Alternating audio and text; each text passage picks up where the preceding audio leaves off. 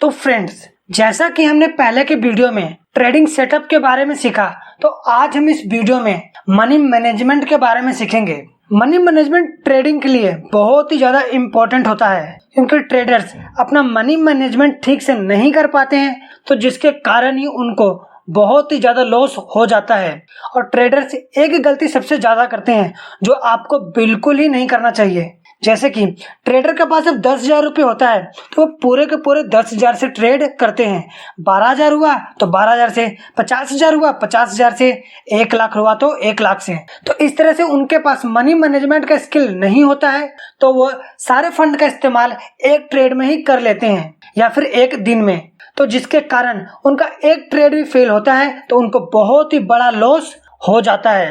तो आपका money management इस तरह से होना चाहिए कि आप अपना 10 से 12 ट्रेड करें, फिर भी आपका अमाउंट खत्म ना हो, और ये 12 के 12 ट्रेड सेम अमाउंट से होने चाहिए। तो मनी मैनेजमेंट के बारे में सीखने से पहले इसके कुछ इंपॉर्टेंट पॉइंट्स है, हम पहले उसको डिस्कस कर लेते हैं, उसके बाद हम मनी मैनेजमेंट के बारे में जानेंगे। तो सबसे पहली बात जो आपको अपने माइंड में रखना चाहिए कि आप अपने फंड को इस तरह से मैनेज करो कि आपके आने वाले 30 दिन अच्छे से ट्रेड कर सको। आप अपने फंड को इस तरह से मैनेज करो कि अगले आने वाले 30 दिन सेम अमाउंट से ट्रेड करने के लिए डेली बैठ सको। उसके बाद जब आप ट्रेडिंग सेटअप पे बैठे तो इस बात का ध्यान रखें कि आपने डे में जो भी ट्रेड प्लान किया है कि आज मैं 5, 6 या 10 जो भी ट्रेड लूंगा, वो सारे के सारे मैं सेम अमाउंट से लेने वाला हूं। और इसके अलावा डे का स्टॉप लॉस डिसाइड कर ले कि मुझे आज 10,000, 12,000 कितना का भी लॉस हो, जो आपने डिसाइड किया हुआ है, यदि वो लॉस आपका हो जाता है तो उसके बाद आप अपने ट्रेडिंग सेटअप को छोड़कर अपने लैपटॉप को बंद कर देंगे। उसके बाद जब मार्केट क्लोज होगा तो आकर चार्ट को एनालाइज करेंगे। और दूसरी बात, आपको सेम अमाउंट से तो हर एक ट्रेड को करना ही है। इसके अलावा आपका जो लोड साइज हो वो भी सेम हो। आप लोड साइज कम या ज्यादा नहीं कर सकते। यदि आप ऐसा करते हो तो इसमें आपके मनी मैनेजमेंट ठीक तरह से नहीं हो पाएगा। और हो सके तो दिन में 5 से ज्यादा ट्रेड तो बिल्कुल ही प्लान मत करो। एक दिन में 5 ट्रेड इनफ है, क्योंकि मार्केट में डेली कम से कम 3 मौके ऐसे मिलते हैं जिसमें आप ट्रेड लेकर अच्छा पैसा बना सकते हैं। और इस 3 चांस में से कोई भी 2 चांस को आप पकड़ लेते हैं तो आपको अच्छा प्रॉफिट बन जाएगा। और जितनी बार भी आपका ऐसे लेट हुआ होगा उसके बाद वो सारा का सारा आपको ये 2 ट्रेड देकर चले जाएंगे, और अल्टीमेटली आपका पीएनएल डे के प्रॉफिट पर ही क्लोज होगा। और डे स्टॉप लॉस और ट्रेडिंग स्टॉप लॉस तो लगाना बिल्कुल ही नहीं भूलना है। इसको गांठ मार के बांध लो कि स्टॉप लॉस से कभी भी दुश्मनी नहीं करना। स्टॉप लॉस आपका सबसे अच्छा दोस्त होना चाहिए, क्योंकि यही आपको मनी मैनेजमेंट का किंग बनाएगा। और जो आपका risk to reward ratio at least 1:2 होना चाहिए, यानी कि आप जो भी ट्रेड प्लान करें उसमें आपका रिस्क है 50% का, और उसके ऊपर जो रिटर्न है वो 100% का। तो 1:2 का आपको रिस्क टू रिवॉर्ड रेशो रखना चाहिए। लेकिन मैं आपको ये नहीं कह रहा हूं कि आपको जैसे ही 100% का प्रॉफिट होए आप उस ट्रेड से एग्जिट कर जाओ। मैं ये कहना चाहता हूं कि जब आपको 100% का रिटर्न मिल रहा हो तो आप ट्रेलिंग स्टॉप लॉस का यूज करते हुए अपनी प्रॉफिट बुकिंग करना शुरू कर दे, क्योंकि एक्सपायरी वाले दिन कई ऑप्शंस ऐसे होते हैं जो आपको 400 से 500 का रिटर्न दे देते हैं। तो यदि आप इन्हें कैच करते हो तो ये आपके लिए बहुत ही ज्यादा फायदेमंद होगा।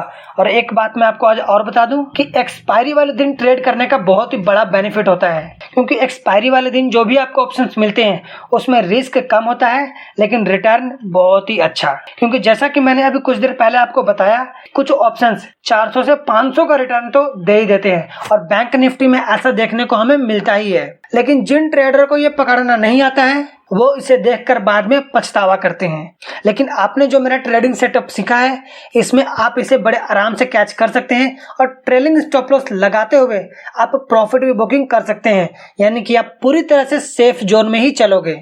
और जो आपका लॉस लिमिट है वो फिक्स है। और लॉस लिमिट फिक्स करने का लिए मैं इसलिए कह रहा हूं क्योंकि जिस दिन आप पर शनि भारी होगा उस दिन आप मार्केट को जितना दोगे मार्केट आपसे उतना रुपया लेते जाएगा, और बदले में रिटर्न आपको थोड़ा थोड़ा देगा। तो इसलिए ही यदि आपका डिसाइडेड लॉस हो जाता है तो आप मार्केट को छोड़ के चले जाए। और इसके अलावा यहाँ पर मैं एक चीज आपको और बता दूं कि यदि दिन में आपका 3 स्टॉप लॉस लगातार हिट हो जाए तो समझो कि वो दिन आपके लिए बना ही नहीं है। आप उस दिन ट्रेड बिल्कुल ही नहीं करिएगा। वरना जो मैंने आपको कहा कि मार्केट आपको लालच तो देगा लेकिन बदले में आपका कैपिटल लेकर चला जाएगा। तो मार्केट में कब एंट्री करना है और कब एग्जिट करना है, इस बात को अपने माइंड में नोट डाउन कर ले और इस बीच अपने साइकोलॉजी, अपने इमोशंस को तो बिल्कुल ही ना लेकर आए। यदि ये आते हैं तो आपका लॉस निश्चित है। तो आई होप जो भी मैंने अभी तक आपको बातें बताई हैं, इन बातों को आपने ध्यान से सुना होगा। तो अब हम मनी मैनेजमेंट के कॉन्सेप्ट पर चलते हैं, जिसमें मैं आपको एक एग्जाम्पल के थ्रू समझाऊंगा। और ऊपर जो मैंने आपको बातें बताई हैं, ये मनी मैनेजमेंट के लिए बहुत ही ज्यादा इंपॉर्टेंट थी, इसलिए बताया है। आप इसे टाइम वेस्ट तो बिल्कुल ही ना समझे। शायद आपको ये बोर लगा हो, क्योंकि लोगों को पैसा कमाना तो अच्छा लगता है, लेकिन पैसे कमाने के बारे में सीखना वो पसंद नहीं है उन्हें।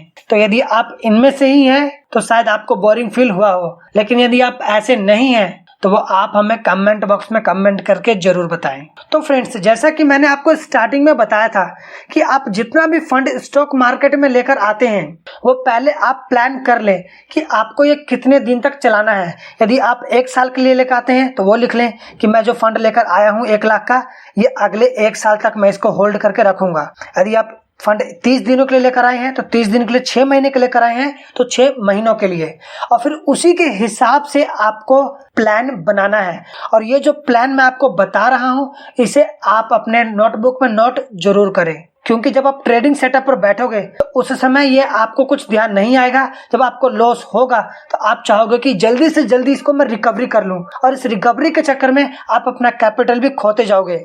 तो इसीलिए आप इसे अपने नोटबुक में नोट कर लें, और जब भी ट्रेड करें तो इसको आप अपने आंखों के सामने रखें। और जब भी आपको लॉस होए और उसके बाद आपका ट्रेडिंग माइंडसेट चेंज होना शुरू हो जाए, तो फिर आप इन्हें देखकर अपने आप को कंट्रोल कर लेना। क्योंकि आप कितने भी अच्छे से अच्छा ट्रेडिंग सेटअप सीख लो, जब तक आप अपने माइंडसेट को कंट्रोल नहीं करते, तब तक आप एक प्रॉफिटेबल ट्रेडर नहीं बन पाओगे। तो सबसे पहला काम कि आप जो फंड लेकर आए हैं उसे डिसाइड कर लें कि मुझे इसको कितने टाइम तक चलाना है। तो मैं एक एग्जांपल लेता हूं कि आप 1 लाख रुपए लेकर आए हैं और इसे आप 1 साल तक चलाएंगे। और यदि आप अभी बिगिनर ट्रेडर हैं, यानी कि आपको मार्केट में एटलीस्ट 6 महीने 7 महीने हुए हैं और आपको मार्केट के बारे में ज्यादा नॉलेज नहीं है, तो जो भी फंड लेकर आए हैं उसे ये मानकर चले कि ये आपका लर्निंग कॉस्ट होगा। और यदि इसमें आपका प्रॉफिट होता है तो ये आपके लिए बोनस पॉइंट है। और यदि आप 2 से 3 साल या उससे से ज्यादा टाइम के लिए हैं तो आपको इससे कमाने के बारे में सोचना होगा, क्योंकि आप ऑलरेडी मार्केट में पहले टाइम बिता चुके हैं, तो आप कई सारे सिचुएशंस को ऑलरेडी समझ चुके होंगे। और जैसा कि मैंने अपने ट्रेडिंग सेटअप वाले वीडियो में बताया था, एटलीस्ट आप 500 डिफरेंट सिचुएशंस पर ट्रेडिंग कर चुके होंगे। तो आप इन 500 सिचुएशंस को पकड़ लेते हैं तो आपको ट्रेडिंग करने में ज्यादा प्रॉब्लम नहीं आएगी, और आप इन सिचुएशंस को कैच करके एक प्रॉफिटेबल ट्रेड लगा सकते हैं। तो अब 1 लाख वाला एग्जांपल हम शुरू करते हैं। तो जैसे कि आपने 1 लाख रुपए लेकर आए 1 सालों के लिए, तो आप पूरे साल का ट्रेड तो 1 दिन में नहीं करोगे। तो अब हम इसको डिवाइड कर देते हैं 12 महीनों के लिए कि अब अगले 12 महीने आप इसे किस तरह से ट्रेड करने वाले हैं। तो मैं इसमें एक सिंपल 10,000 का लेकर फंड चलूंगा कि मैं हर महीने 10-10 हजार का यूज करूंगा। अब आप बोलेंगे कि 10-10 हजार का यूज करेंगे तो ये तो 10 महीने ही चलेगा, तो लेकिन आपने तो 12 महीने के लिए कहा, तो ऐसा क्यों? तो फ्रेंड्स, मैं बताऊं कि जो अब मैं 10-10 हजार का फंड लेकर चल रहा हूं, मैं ये मान कर चल रहा हूं कि इस बीच आप जो भी ट्रेड लेंगे उस सारे के सारे में आपको लॉस नहीं होने वाला है। उसमें से कई ट्रेड ऐसे होंगे जिसमें आप गारंटेड प्रॉफिट कमाएंगे। क्योंकि यदि 5 साल का बच्चा भी स्टॉक मार्केट में आकर 50 ट्रेड करता है तो उसमें से 10 ट्रेड तो सक्सेसफुल जरूरी रहेगा। तो मैं ये मानकर चल रहा हूं कि आपके इसमें से कुछ ट्रेड प्रॉफिटेबल रहे हैं। तो आपको हर महीने 10-10 हजार रुपए लेकर आना है। इस 10 हजार को जब आप लेकर आते हैं तो एटलीस्ट आपको 2 लोट से ट्रेड करना है। यदि इससे ज्यादा हुआ तो सही है। और जब आप इस 10 हजार रुपये को मार्केट में लेकर आए हैं तो इसको 2 भागों में पहले डिवाइड कर लो, 5,000 एक और 5,000 दूसरी ओर। तो मैं इनका नामकरण कर देता हूं तो ताकि आपको समझने में आसानी हो। तो पहला 5,000 है, उसका नाम रख देता हूं ए, और दूसरे 5,000 को बी। तो हम जो बी वाला 5,000 है उससे हम ट्रेडिंग सेटअप पर बैठते हैं। और ये जो पहला 5,000 है आप इसे साइड में रख दें, और बी वाले 5,000 से आप ट्रेड करते हैं और इस बीच आपको प्रॉफिट होता है तो गुड एंड वेल, और इस प्रॉफिट को आप फिर से ए वाले फंड में जाकर ट्रांसफर कर दें और फिर से 5,000 से ही ट्रेड करें, उससे ज़्यादा अमाउंट का नहीं। और यहाँ पर आपको इस बात को नोट डाउन जरूर कर लेना चाहिए कि यदि आप डे ट्रेडिंग करते हैं तो आप तुरंत ही अपने अमाउंट को मत बढ़ाइए, आप इसे टाइम दीजिए, 10 दिन 15 दिन बाद ही अपने ट्रेडिंग अमाउंट को बढ़ाइए। और इस बी वाला जो ट्रेड आपने किया था और आपको फर्स्ट ट्रेड में ही आपका एसएल हिट हो जाता है और लॉस हो जाता है, तो मान लीजिए आपका लॉस 500 रुपए का होता है, तो बी यानी कि ट्रेडिंग फंड में अब आपके पास 4,500 रुपए ही बचे हैं। और जैसा कि मैंने आपको बताया था कि आपको सेम अमाउंट से ट्रेड करना है, तो इसके लिए अब आपको ए फंड से 500 रुपए लाकर फिर से 5,000 रुपए करके अब फिर इस 5,000 से दोबारा ट्रेडिंग करना है। तो इस तरह से आप दिन में 5 ट्रेड सेम अमाउंट से बड़े ही आराम से कर सकते हैं। और इस बीच आपका 5 के 5 ट्रेड में तो एसएल हिट नहीं होने वाला है, यदि 1-2 ट्रेड भी आपका अच्छा चला जाता है आप प्रॉफिटेबल बन जाएंगे। बस इस बात का ध्यान रखना कि 3 एसएल लगातार हिट होते ही आपको अपने ट्रेडिंग सेटअप पर से उठ जाना है और अपने बीवी और बच्चों के साथ जाकर टाइम एक्सपेंड करना है। और जब मार्केट क्लोज हो जाए तो फिर से अपने ट्रेडिंग के जुनून को बाहर लाकर चार्ट को एनालाइज करिए। तो फ्रेंड्स, अब आपके मन में एक सवाल आ रहा होगा कि सर जो 10,000 का फंड है उसे पूरे 22 ट्रेडिंग सेशन में चलाने के लिए कह रहे हैं और डेली ज्यादा से ज्यादा 5 ट्रेड लेने के लिए कह रहे हैं, जिसमें हमारा टोटल 110 ट्रेड बनता है। और 110 ट्रेड के लिए क्या 10,000 रुपये इनफ है? तो फ्रेंड्स, मैं आपको ये चीज नहीं समझा रहा। मैं आपको कह रहा हूँ कि यदि आप मंथ के स्टार्टिंग में 10,000 का कैपिटल लेकर आते हैं और आपको पहले दिन ही आप प्रॉफिट में रहते हैं, तो ये तो आपके लिए अच्छा है। आप नेक्स्ट डे अपने जो स्ट्रेटजी बनाई है और जो मैंने आपको अपना ट्रेडिंग सेटअप बताया है उसके हिसाब से आप ट्रेड करते जाइए। लेकिन आपको पहले दिन ही लॉस होता है और अगले दिन आपको अपने फंड से ट्रेडिंग नहीं करना है, इसके बजाय आप पेपर ट्रेड करें। क्योंकि यदि आपको लॉस हुआ है तो कहीं ना कहीं आप में अभी भी कमी मौजूद है, तो आपको उस वाले कमी को दूर करके फिर आपको अपने एक्चुअल फंड से ट्रेड करना है, तभी ये आपके लिए कारगर साबित होगा। तो ये 110 ट्रेडिंग डे है, इसमें आपका 10,000 का फंड बड़े ही आराम से चल जाएगा। और यदि आपका 3 एसएल लगातार हिट हो जाता है तो नेक्स्ट 2 डे आपको चार्ट को देखकर उसको बस एनालाइज करना है, क्योंकि स्टॉक मार्केट को आप उसके चार्ट देखने में जितना टाइम देंगे उतना आपके लिए बेनिफिट साबित होगा। और ये जो मैंने आपको अपना फंड मैनेजमेंट सिस्टम बताया है, इसमें आप मार्केट में ज्यादा लॉस किए बगैर अच्छे से ट्रेडिंग सीख सकते हैं, क्योंकि ट्रेडिंग ओवरऑल एक्सपीरियंस का खेल है। जितना आप मार्केट को टाइम दोगे उतना ही आप मार्केट से पैसा बनाने के काबिल बन पाओगे। और ये आप 10,000 का फंड मंथ के स्टार्टिंग में ही लूज कर देते हैं तो फिर आपको उस मंथ में ट्रेडिंग नहीं करना है। आप इस सोच से तो बिल्कुल ही मत आइए कि जो मेरे पास फंड बचा है इससे मैं ट्रेड कर लेता हूँ, कौन जाने अगली बार मौका मिले चाहे ना मिले। मार्केट आपको एवरीडे मौका देगा, बस आप में स्किल होना चाहिए कि मैं मार्केट से किस तरह से पैसे निकाल सकता हूँ। तो आप ये गांठ बांध लीजिए कि मुझे ये 10,000 का कैपिटल पूरे मंथ चलाना है, और यदि ये खत्म होता है तो आपको दूसरा 10,000 रुपए लाकर दोबारा ट्रेड इस मंथ तो बिल्कुल ही नहीं करना। यदि आप इन रूल्स को फॉलो करते हैं तभी आप एक सक्सेसफुल ट्रेडर बन पाओगे। और बाकी दिन आप अपना पेपर ट्रेडिंग कीजिए और जो भी कमी होती है उसे अपने ट्रेडिंग जर्नल में नोट करके उसको दूर कीजिए।